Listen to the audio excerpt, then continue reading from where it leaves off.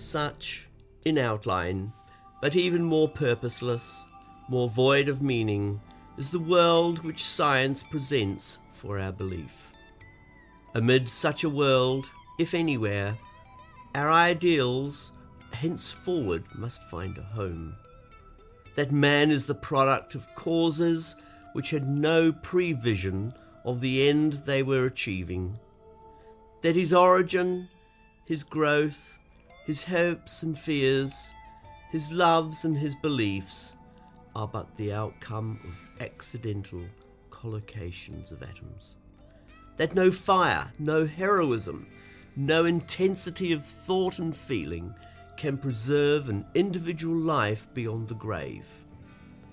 That all the labours of the ages, all the devotion, all the inspiration, all the noonday brightness of human genius are destined to extinction in the fast death of the solar system, and that the whole temple of man's achievement must inevitably be buried beneath the debris of a universe in ruins. All these things, if not quite beyond dispute, are yet so nearly certain that no philosophy which rejects them can hope to stand. Only within the scaffolding of these truths, only on the firm foundation of unyielding despair, can the soul's habitation henceforth be safely built. Brief and powerless is man's life.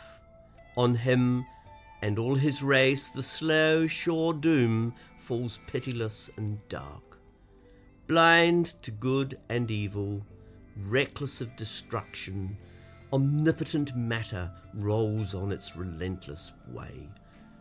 For man, condemned today to lose his dearest, tomorrow himself to pass through the gate of darkness, it remains only to cherish, ere yet the blow falls, the lofty thoughts that ennoble his little day, disdaining the coward terrors of the slave of fate, to worship at the shrine that his own hands have built, undismayed by the empire of chance, to preserve a mind free from the wanton tyranny that rules his outward life, proudly defiant of the irresistible forces that tolerate for a moment his knowledge and his condemnation, to sustain alone, a weary but unyielding Atlas, the world that his own ideals have fashioned despite the trampling march of unconscious power.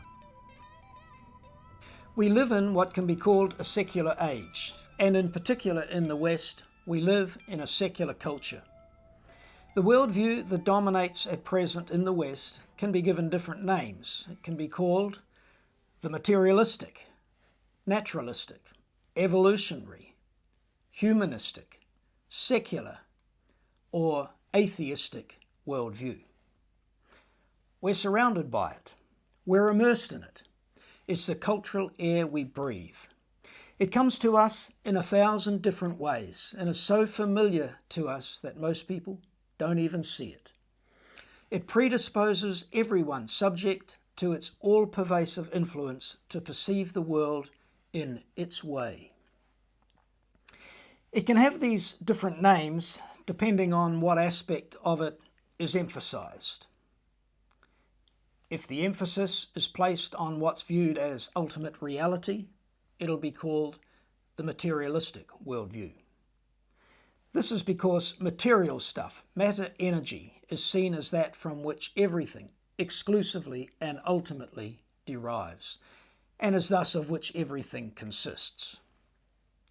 If the emphasis is on the overall shooting box altogether, it'll be called the naturalistic worldview. Nature is the sum total of everything there is. And naturalistic processes, nature doing its thing, are the only processes that occur. Philosophical naturalism is another name given to this presupposition. And a name given to science presupposing it is methodological naturalism. If the emphasis is on the claimed means by which everything came to be, it'll be called the evolutionary worldview. The material stuff of the universe self-organized into the world as we know it, naturalistically, and this provides a history for the worldview. This evolutionary history is taught and assumed virtually everywhere. If you emphasize ultimate authority, it'll be called the humanistic worldview, humans being the only and thus the ultimate authority. If the emphasis is on the general focus of the worldview, it'll be called the secular worldview. Secular meaning dealing with this world and taking no account of any ideas of supernature. Ironically, passionate secularists spend much of their time seeking to refute and rebut ideas regarding supernature. Often the term secular and the previous one are combined, and thus we have the worldview identified as the secular humanistic worldview. If you specifically emphasize its relation to God, it'll be called the atheistic worldview. Atheistic from the words a meaning no and theos meaning God, which equates to no God. The worldview can be expressed in different forms, such that the undiscerning may mistake its different expressions as being fundamentally different worldviews, which they're not. Also, the term humanist, which is one of the names of the worldview, may confuse because it has a number of different meanings. For example, the 1971 edition of the New English Dictionary by Collins has the following definitions. 1. Humanism, a philosophical mode of thought devoted to human interests, literary culture. 2. Humanist, one devoted to or versed in a knowledge of human nature, one who pursues the study of the humanities or classical literature. 3. Humanistic, pertinent to humanity, humanism, or humanists. 4. Humanities, the branch of polite learning, especially Latin and Greek. 5. Humanitarian, A. One who holds that Christ was a mere man and denies his divinity, and B. A philanthropist. Nothing particularly objectionable there except 5A, which I've never heard or seen used. Here's a definition of humanism from the Dictionary of Philosophy. Humanism, a philosophy that regards the rational individual as the highest value, considers the individual to be the ultimate source of value, and is dedicated to fostering the individual's creative and moral development in a meaningful and rational way without reference to concepts of the supernatural. The word humanism apparently originated around the 16th century, with its meaning more in line with the definition from the Collins Dictionary. However, since then its meaning has shifted towards the second definition, such that today this definition dominates. It's the second meaning I'm using when I refer to the words humanism and humanist. I've added my own definition, which is: a humanist is anyone who actually or practically puts ultimate authority in the hands of humanity. This, at least implicitly and at most consciously, denies anything above the natural order, what I call supernature. By actually, I mean the person consciously recognizes no higher authority than man. This is a conscious denial of supernature, which of course is a denial of God. By practically, I mean that while a person may acknowledge there's a God there who made everything, may even, for example, attend church regularly and assent to the fundamentals of the Christian faith, when it comes to everyday living, this God may as well not exist because he's not considered in some, many, or any of the decisions which are made. Implicitly, supernature is denied. For all practical purposes, human beings are deemed the highest authority. To illustrate this, present-day Christians and churches place virtually no importance on civil government or law. Very few consider God has anything specific to say to the legislative ordering of society, and certainly today, even less accept biblical law as God's authoritative blueprint for the ordering of human society everywhere through all time. Consequently, when it comes to government and law, by far the majority of Christians are humanists, saying it's left up to us to decide what laws we should be governed by. On this matter, they effectively say, God is silent. We're on our own. Humans are the highest authority. And thus my definition includes, but is not limited to, materialists. Most who build their worldview on spirit as opposed to matter, broadly speaking, this can be called mysticism, also fall under this definition. Perhaps we could call materialism Western humanism and mysticism Eastern humanism. In both cases, people end up worshipping themselves, holding themselves or humanity to be of ultimate worth. The foundation of secular humanism is that reality is ultimately material. This means that when everything is boiled down to its nuts and bolts, as it were, or when everything is taken back to its ultimate source, it consists of and comes from matter, energy, and these are eternal.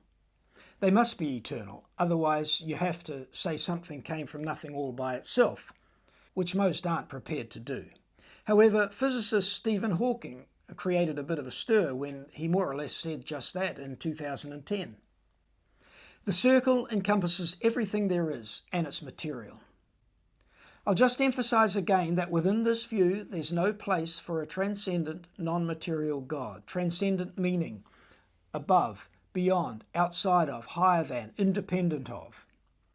By definition, therefore, this view is atheistic. There's nothing outside the circle.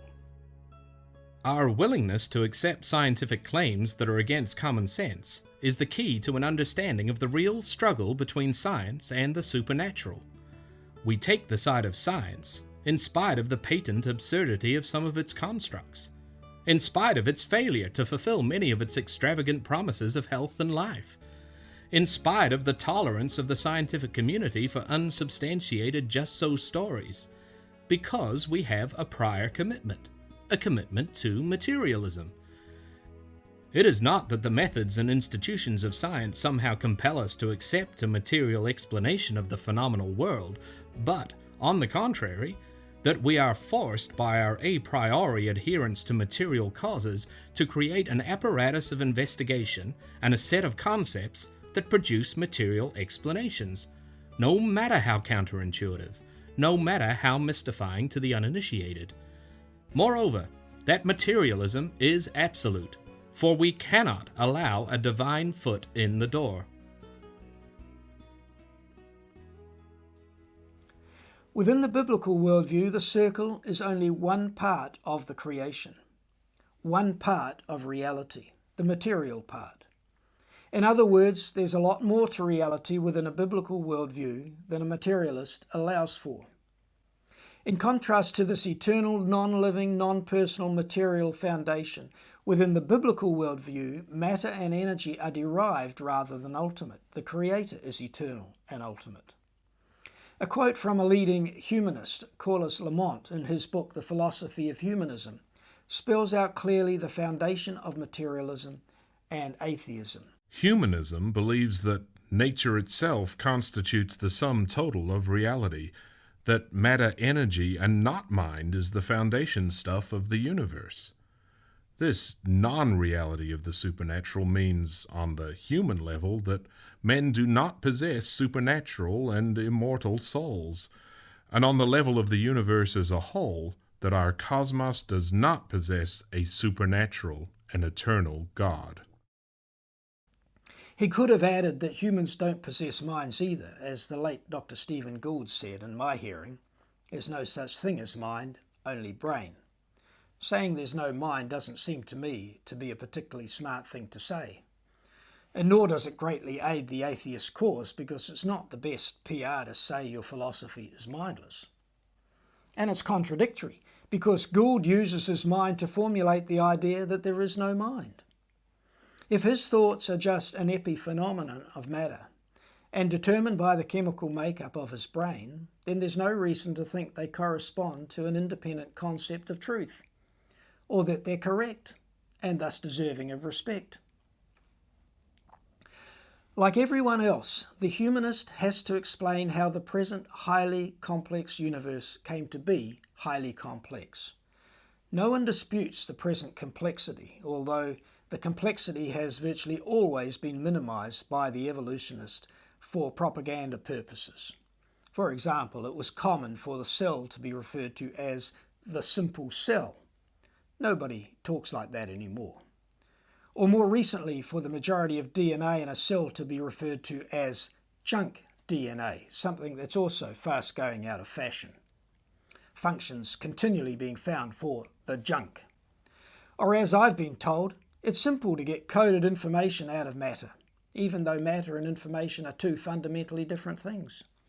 Such statements that things are simple are either expressions of ignorance required by ideology, for propaganda purposes, or bluff, or all four. It's generally agreed that if there's no creator, the universe could not have always had the complexity it now does, that it's developed and increased in complexity over time. For the humanist, this is the best of the options. The universe perhaps could have always been highly complex, or perhaps it could have been degenerating forever from a state of yet higher complexity. Both of these ideas, however, beg the question of where the complexity came from in the first place, and threaten to introduce the idea of a creator who can make complex things, which of course would be lethal to humanism. They also take no real account of the second law of thermodynamics, a universal law which can be generally stated in different ways. That in every energy transfer, some usable energy is lost. That heat flows from hot to cold. That order and complexity over time and overall decreases. That left to itself, information degrades. Systems wind down. Things wear out. Extinction and death occur. Things get cold. In other words, time's arrow goes down, not up. If the universe is eternal and is winding down, it would have already wound down because it's had an endless amount of time to do so. But it's not wound down. In fact, it's in a state of great complexity, and it thus can't be eternal. The spontaneous generation of complexity from non-complexity is really the only option available to the humanist.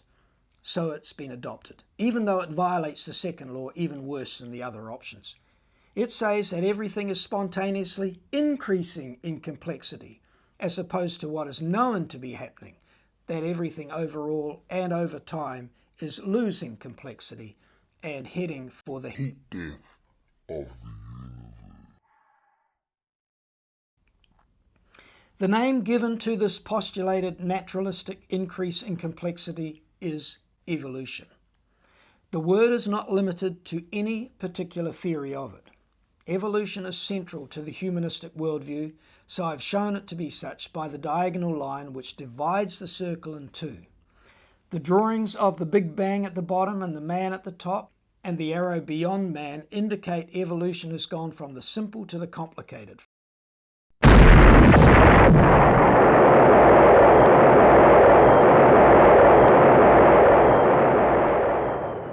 From an explosion to order and complexity.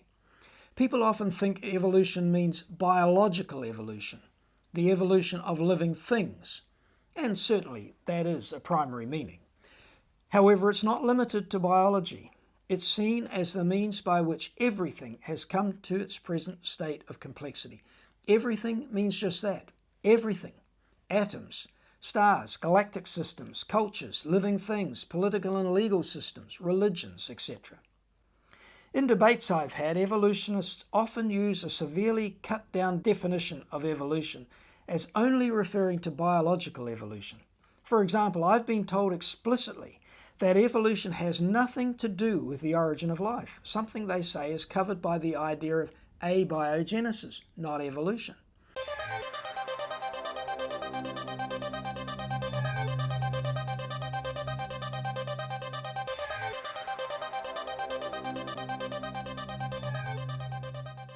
This is a debate tactic. As they've got no way to account for the origin of life, which is all about the origin of biological information, they want to avoid having to address this critical area. Yes, evolution can be narrowly defined in reference to mutations and natural selection, and the claimed increase in complexity of organisms over time. But it's disingenuous to claim that evolution is limited to this. It's also a whole-of-life worldview and is, as Daniel Dennett calls it, a universal acid that eats at everything. Because of the persistent and pervasive nature of this objection, the all-encompassing scope of evolution needs to be nailed down securely. I'll do this by quoting a number of big-name evolutionists. Evolution comprises all stages of the development of the universe, the cosmic, biological, and human or cultural developments. Attempts to restrict the concept of evolution to biology are gratuitous. Life is a product of the evolution of inorganic nature, and man is the product of the evolution of life. The concept of evolution was soon extended into other than biological fields.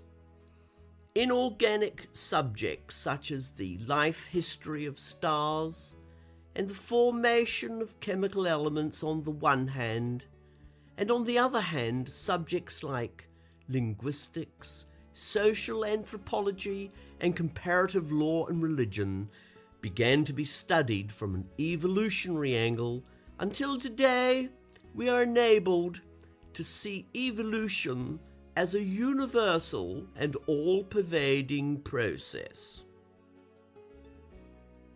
Man's worldview today is dominated by the knowledge that the universe, the stars, the earth, and all living things have evolved through a long history that was not foreordained or programmed.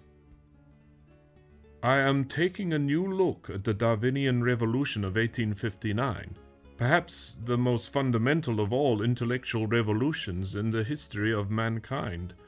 It not only eliminated man's anthropocentrism, but affected every metaphysical and ethical concept, if consistently applied. Most enlightened persons now accept as a fact that everything in the cosmos, from heavenly bodies to human beings, has developed and continues to develop through evolutionary processes. The great religions of the West have come to accept a historical view of creation. Evolutionary concepts are applied also to social institutions and to the arts.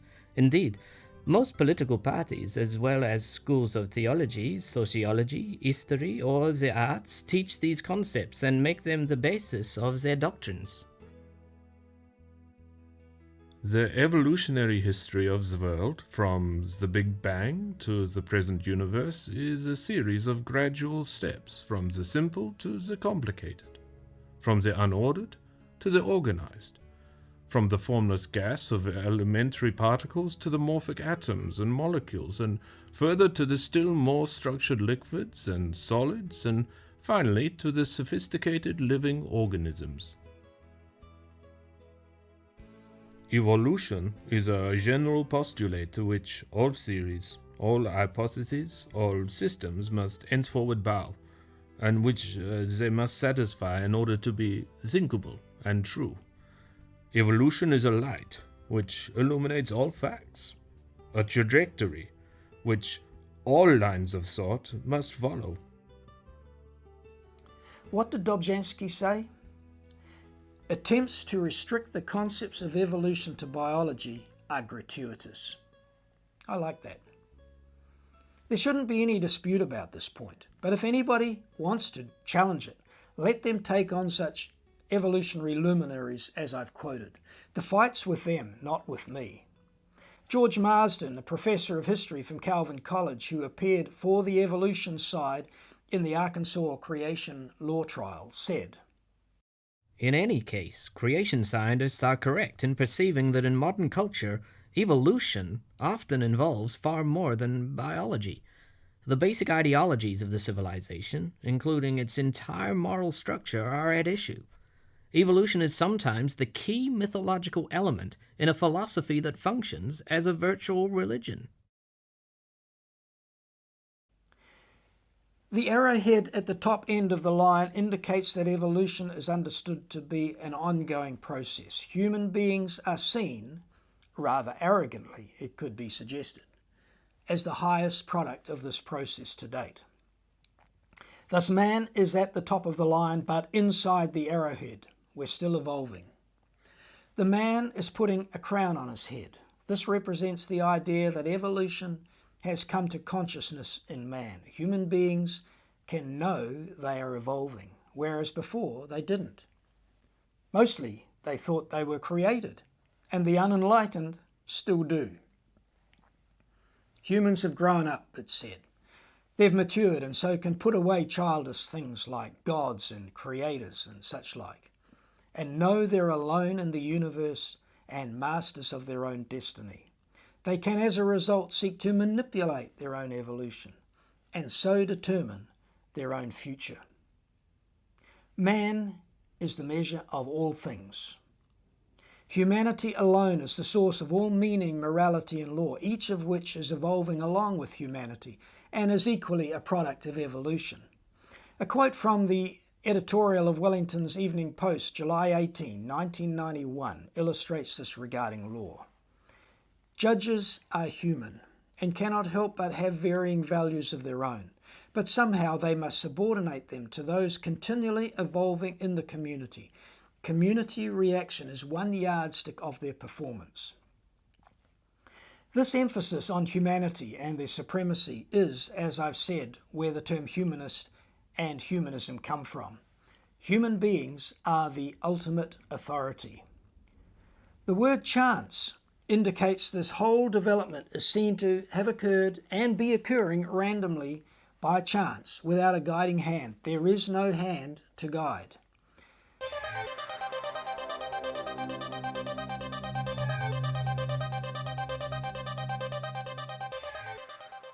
Chance is recognized as an unhelpful burden to be saddled with, and so some have written books to try and show that evolution is the very opposite of chance.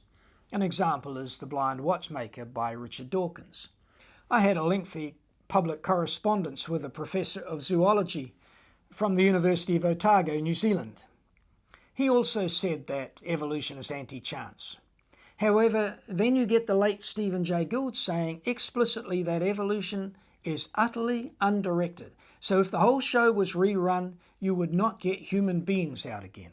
Chance is simply material stuff doing its own thing, totally independent of any planning, design or forethought. In other words, intelligent input.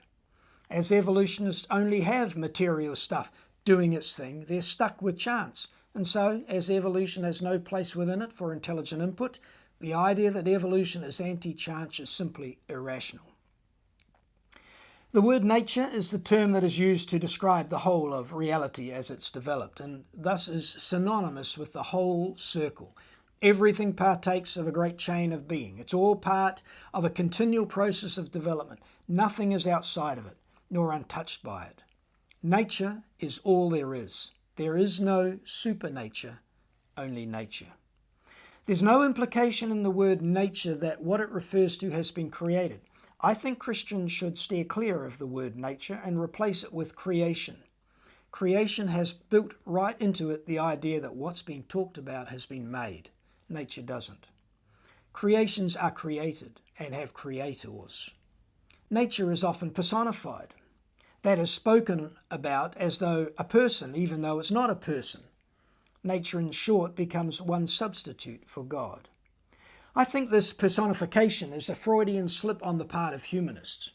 Freud originated the questionable idea of the unconscious mind. He said, you have your conscious mind and your unconscious mind. The really real you is the unconscious, which has a way of rising to the surface even though it's unconscious. So following Freud for the moment, humanists consciously say there's no personal God there, but in the next breath and unconsciously they personify nature. Now come on, is there a person there or is there not? You can't have it both ways. If there isn't, then don't bring the personal into it. People talk of Mother Nature and use personal pronouns. She, nature, did this or that. Also, words that imply design and construction by a person are used of both nature and evolution. Here's an example from a New Zealand sixth form science book.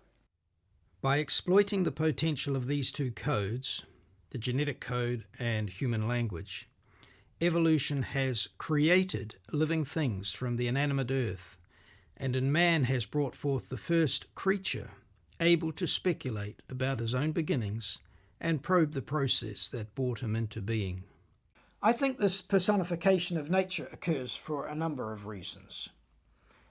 Firstly, created reality by its very nature demands that its personal origin be acknowledged.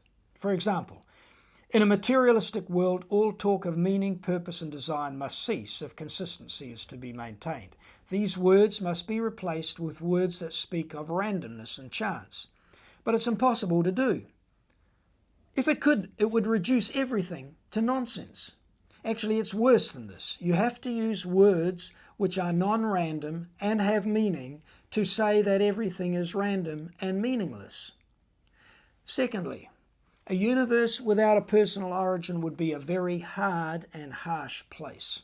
I don't think very many people have faced up to just how hard that hard would be. Richard Dawkins put it eloquently. The universe we observe has precisely the properties we should expect if there is, at bottom, no design, no purpose, no evil and no good, nothing but blind, pitiless indifference. Actually, that's not what we observe at all. Richard Dawkins, an observer of the universe, is part of the universe, uses language, does things for a purpose, and makes moral choices which do not express blind, pitiless indifference. Contra Dawkins, we should not expect any of these in a world that wasn't designed. However, he accurately describes the world according to his philosophy, if not that of his actual life. To remove some of this harshness, to soften it somewhat, and give a superficial appearance of meaning and purpose, the universe is personified. It's really self-deception. We know there's no person there, but we kid ourselves and others by the use of personal words. It amounts to nothing more than whistling in the dark. It's just not livable to have undiluted despair up in our face all the time, so we whistle to console ourselves. Interestingly, some materialists such as Dr. Stephen Gould are praised as heroes because they have the guts to look the dark straight in the face and talk about it and carry on living. And so, in his 1990 Living Treasure lecture, which I've already referred to, he spelled out in very blunt terms and with some relish the idea that the universe and life is both meaningless and amoral. Yet the chairman of the meeting praised him to the skies in a tribute that was embarrassing to listen to. I had the following letter published in Wellington's Evening Post in response to the lecture. Sir, recently, Living Treasure paleontologist, ardent evolutionist, Professor S.J. Gould spoke to an overflow audience at Victoria University on the Darwinian revolution in thought. He was applauded loudly at the end and thanked profusely for such a stimulating and thought-provoking lecture, one which gave insight into the breadth of his scholarship, reading and cultural appreciation. What did this man say that brought such a response? He told us that the truly radical thing Darwin said, which he agreed with, was that nature was purposeless and amoral. He said very few followers of Darwin over the past 150 years had had the guts to acknowledge this. Most had naively believed in progress and meaning, ideas totally foreign to Darwinism, rather than being liberated by realizing there was no purpose to anything. Man, as much a part of nature and as much an accident as anything else, was also without meaning and morals. How could anyone applaud such nonsense? It amounted to applauding one's own meaninglessness and amorality. And yet the university hierarchy was there and applauded.